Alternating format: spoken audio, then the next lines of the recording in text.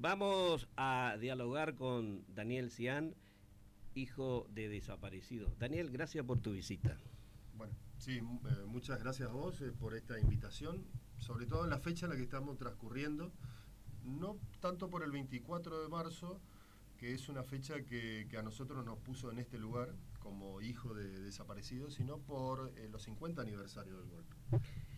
Daniel, ¿podés contar brevemente cómo es tu historia como hijo de desaparecido? Eh, bueno, mis padres eran militantes durante la época de la dictadura. Ellos, previamente a eso incluso, eran integrantes de las ligas agrarias de aquí del interior de Corrientes. Y bueno, ese es uno de los motivos por los cuales seguramente formaron parte de esas listas negras y de la persecución por parte de la dictadura. Y en determinado momento tuvimos que vivir en la clandestinidad. Yo en esa época tenía 2 años, en el año 76, en diciembre del 76. En ese diciembre del 76, según los análisis o los estudios sociales que hizo Antropología Forense en aquel momento, las fuerzas de seguridad, aquellas inconstitucionales, donde se habían, vienen de un golpe de Estado y de la abolición de las garantías constitucionales, las fuerzas de seguridad entran en nuestra casa por la fuerza, y en esa resistencia que oponen mi padre y mi madre, que tan solo en aquel momento tenían 28, 29 años, mi madre es asesinada con un embarazo de 8 meses y mi padre también fusilado, pero sobrevive. Yo creo que en aquel momento ellos posiblemente me escondieron dentro de la casa donde nosotros vivíamos, y entonces sobrevivo yo con 2 años de edad y mi padre a duras penas. Somos llevados a la comisaría quinta de la Federal en la ciudad de Rosario, porque fue allá en la ciudad de Rosario, y mi padre torturado y fallece. En esas circunstancias, yo soy llevado a un hogar que dependía de la iglesia San Patricio, de un cura muy conocido allá que se llamaba Tomás Santiderián. Y Sí, lo ese, conocí, era un profesor mío en el seminario. en Rosario. Bueno, ahí tengo alguna sorpresa capaz para vos. Eh, yo paso a vivir en esos hogares y después a una familia. De alguna manera, alguno de los amigos de mi padre manda alguna carta anónima a la familia materna. Anónima. Hasta hace muy poco en realidad me enteré de quién mandó la carta. Manda una carta anónima y en la familia se organizan las mujeres de mi familia, en este caso mi abuela materna y una de las hermanas de mi mamá, y me van a buscar a Rosario. Para cuando me van a buscar ya habían pasado aproximadamente 7 meses, 8 meses.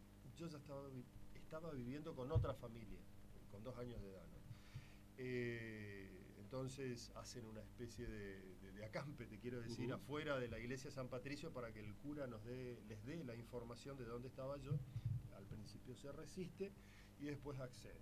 Pasar los días accede, y cuando van hasta la casa donde yo estaba viviendo, yo reconozco a mi abuela. Con 2 años reconozco a mi abuela y voy directamente al encuentro, me prendo de sus piernas y nunca más me quise soltar, digamos. La super identifiqué, tanto a ella como a mi tía, y ese fue un hecho bisagra, como para que yo no pueda volver a aquella familia.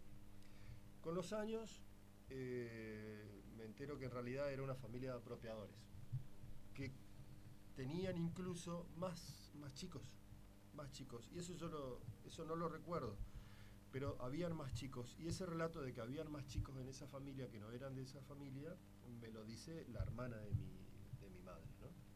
Hace muy poco tiempo. De esos chicos no sabemos qué pasó con esos chicos. Creo que yo solamente pude volver.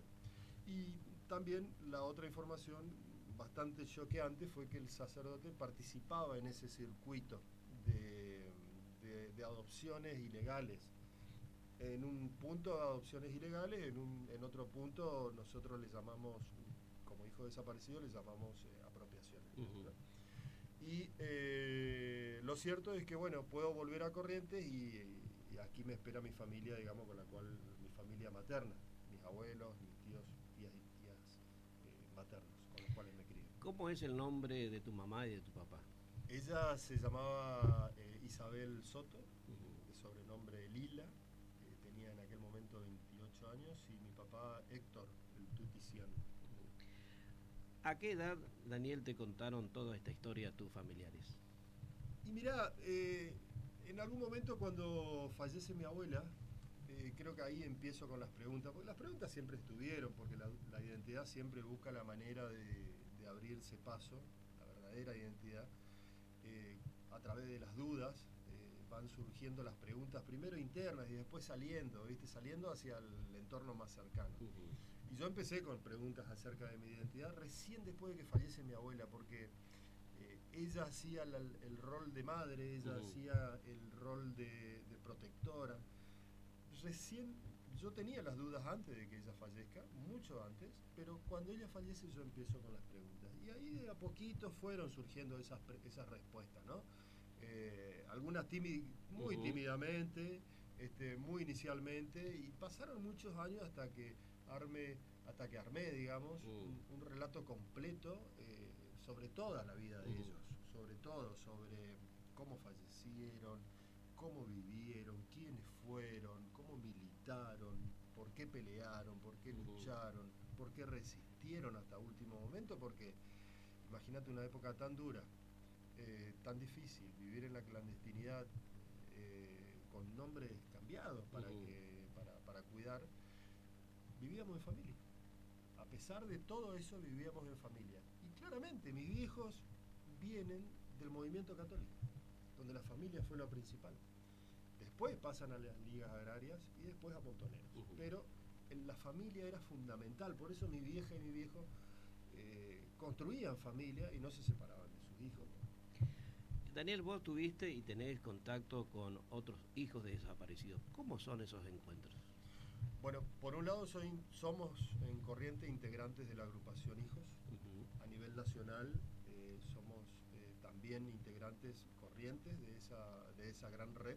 Es decir, que somos hijos en esa gran red estamos hijos de Chaco, de Santiago del Estero, de Capital, de Buenos Aires, Rosario, Santa Fe, todas las provincias. Y en Corrientes Capital, de a poco fuimos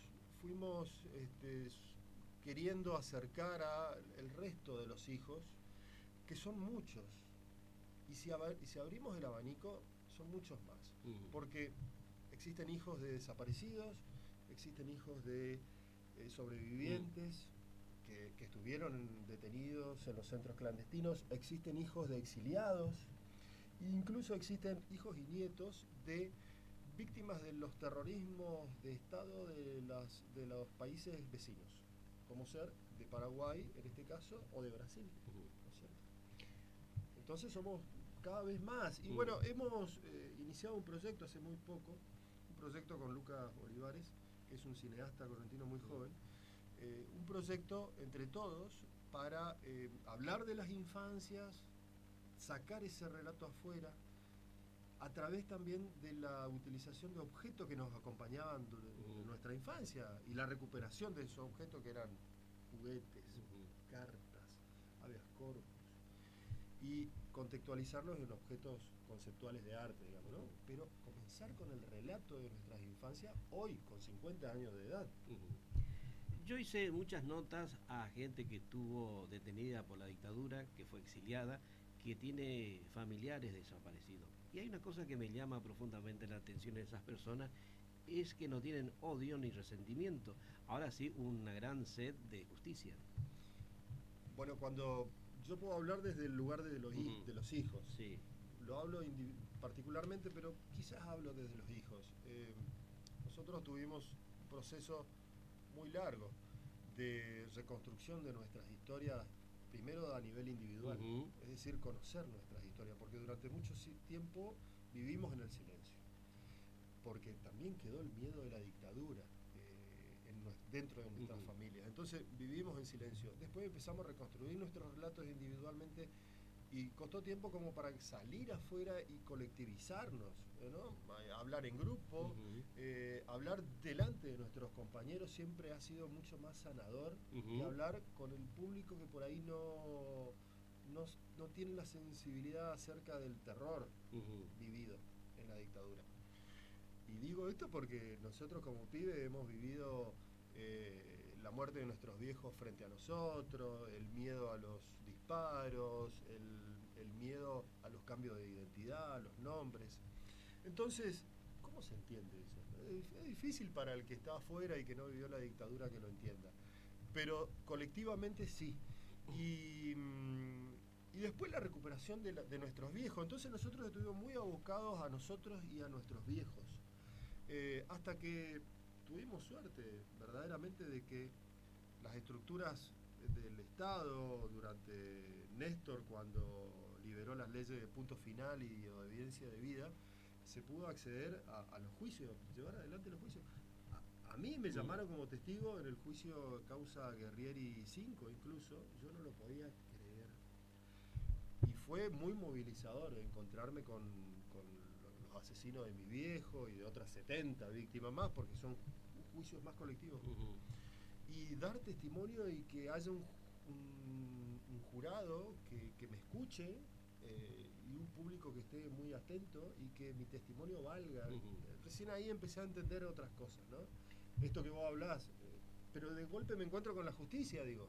Está bien, yo cuando era pibe sentía resquemor de encontrarme con un policía, de hablar con uno, de encontrarme en el mismo lugar, pero de golpe viene la reivindicación de nuestras identidades, viene la justicia y la reparación. También porque encontré los restos de mi madre, ¿no? Daniel, vos transformaste tu dolor en una militancia por la memoria, la verdad y la justicia. Sí, totalmente. Sí, totalmente. Y no solamente por mí, sino por la historia misma. Cuando se empiezan a incorporar otras voces, nos vamos dando cuenta que no estamos solos, que somos un montón los que podemos trabajar, y por fuera de ese grupo hay un montón más. Entonces, a veces cuando todo este grupo es invitado para dar una charlita en un barrio, para hacer un proyectito de cine, para hacer otra cuestión, para hacer visitas guiadas en el espacio de memoria, entiendo que la gente cambia cuando escucha esa entrevista, cuando ve esa película. La gente que no lo vivió cambia totalmente. Hay un cambio abrupto y muy interesante. Y ahí es donde hay que seguir haciendo memoria con esas personas. Ahí hay que seguir acompañándolos, ¿no? Daniel, ¿qué es ser hijo de desaparecidos? Tenés una mamá desaparecida que le encontraron, un papá desaparecido y un hermanito desaparecido. Es difícil. Fue muy difícil durante mucho tiempo saber el lugar en el que estábamos parados. Pero en determinado punto entendimos que somos sujetos de derecho. Somos sujetos de derecho de la historia y sujetos de derecho vivos. Porque si hablamos de la historia, los intérpretes de la historia lejana los conocemos a través de los libros. De la historia cercana, como es la dictadura, todavía estamos caminando las veredas. Entonces, somos sujetos de derecho como para traer estos relatos y hacerlos públicos, como para entender algo muy, muy actual incluso, que es que el neoliberalismo ha visto muchas maneras de colonizar, de invadir países latinoamericanos y construir patios traseros desde el imperialismo. Y en algún momento ha sido la violencia. Hoy es a través de otros métodos, capaz sin aquella violencia terrorífica de la dictadura, pero está muy cercano. Y en cualquier momento podemos caer en esos mismos lugares, porque estamos viendo hoy cómo ese mismo país colonialista que interfirió en el plan, a través del Plan Cóndor Latinoamérica, hoy lo está haciendo en otros lugares del mundo, como es el Medio Oriente. Daniel, este año se cumplen 50 años del golpe militar. Yo considero que va a ser una manifestación popular masiva, va a ocupar las calles de todo el país, el pueblo de Argentina, por este acontecimiento del 24 de marzo del año 1976. ¿Cuál es tu consideración histórica con respecto al golpe? Me parece que el golpe vino a hacer mella en las vidas de muchas familias, pero también el golpe hasta hoy está demostrándose las secuelas de aquel golpe. El golpe vino a través del terror a tapar lo que por debajo de la mesa vino a hacer al país en general. La condonación de deuda de las empresas privadas, el cambio de la matriz económica, la privatización de toda la construcción que tenía este país hasta antes del golpe, trenes, bancos, la privatización de los ríos, la privatización de la energía. Entonces, todo eso hasta hoy lo estamos sufriendo. Y eso es una consecuencia del golpe de 1976. La ONU expresó su profunda preocupación por las medidas regresivas adoptadas en Argentina en materia de memoria, verdad y justicia, y acaba de salir un documento del episcopado argentino en favor de el nunca más. El 24 de marzo es un acontecimiento que marcó la historia contemporánea de la Argentina. Sí, la Iglesia en algún punto está tomando una posición clara y coherente y más fuerte, más fuerte. Creo que progresivamente está levantando estas banderas, poniéndose en el lugar que siempre se ha puesto la Iglesia solidaria y la Iglesia sensible, y siendo también referente y representante de estas voces. Yo espero que haya una mayor representación de este sector de la Iglesia en momentos de mucha mayor necesidad. Me parece que necesitamos esas voces esa voz que tuvo Francisco, esa voz que tuvieron los curas tercermundistas, esa voz que tienen los curas villeros, donde la sociedad se sienta identificada, donde el Estado vea que la religión principal que ha congregado y convocado y ha siempre hablado de comunidad y solidaridad, atienda a esas necesidades, por lo menos para llevar un reclamo adelante, aunque creo que este gobierno hoy no atiende a los reclamos. Daniel Cian, muchas gracias por tu visita y por tu testimonio, que es muy valioso. Muchas gracias. No, por favor, gracias a ustedes.